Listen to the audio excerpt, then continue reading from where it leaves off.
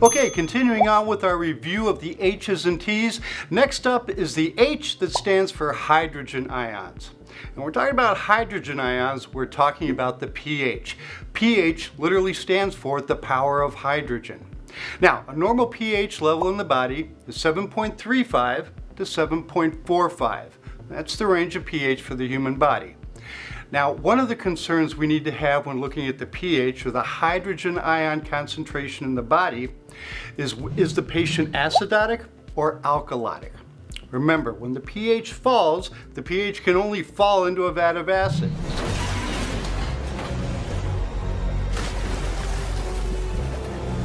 So when the pH falls, they become acidotic. Acidosis is caused by an increased concentration of hydrogen ions floating through the body. So we have more hydrogen, we become acidic, the pH falls. One of the problems or concerns with this is how well the body moves oxygen throughout the body.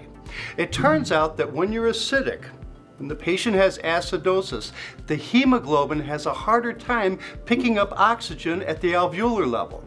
Now, at the tissue level, it wants to give up oxygen. It's throwing out oxygen like beads at Mardi Gras. It's giving up the oxygen, but when it comes back to the lungs, it has a harder time picking up the oxygen.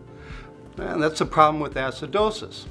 On the other side, if the patient is alkalytic, right, they pick up oxygen great. They, at the alveolar level, they're just binding up with oxygen. The hemoglobin is binding up to it. It gets down to the tissue level and it goes, hit, mine.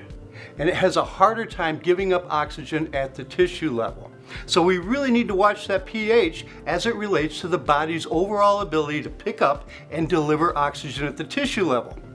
And I can give you an example of this also.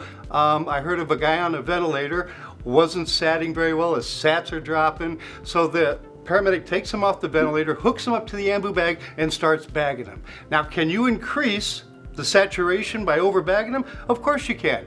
You're creating more partial pressure. You're pumping more oxygen into them. And if we increase that partial pressure of gas, remember it moves from a concentration of high to low, it's going to move into the alveolar space and be taken up by the body. Great. But as he's increasing that bagging, he's bagging them too fast, he's blowing off all that CO2, creating an alkalytic state. You're blowing off all that acid.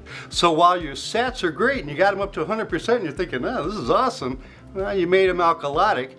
The hemoglobin picked up the oxygen, but it had a harder time delivering at the tissue level. So if you want to raise someone's PO2, you increase the FiO2. Give them more oxygen. But if you're talking about your bagging rate, your minute volume, that's really going to impact your end tidal, or the amount of CO2 they're blowing off. So you're going to make them alkalytic. So you're robbing Paul to pay Peter. You want to keep their saturations between 94 and 99 by adjusting the amount of oxygen you give them. You want to keep your end tidal between 35 and 45, and you adjust that with your tidal volume and your bagging rate. So your rate of bagging really should be guided by your end tidal, and your SpO2 should be guided by your FiO2 administered to the patient. It's just a quick overview of the H hydrogen ion concentration of the H's and T's. Now, a little teaser for the next video. Acidosis and hydrogen ion concentration is directly related to potassium. Our next video, hyperkalemia, the two are linked. A little teaser. I'm Mark, thanks for watching. I'll see you in the next video.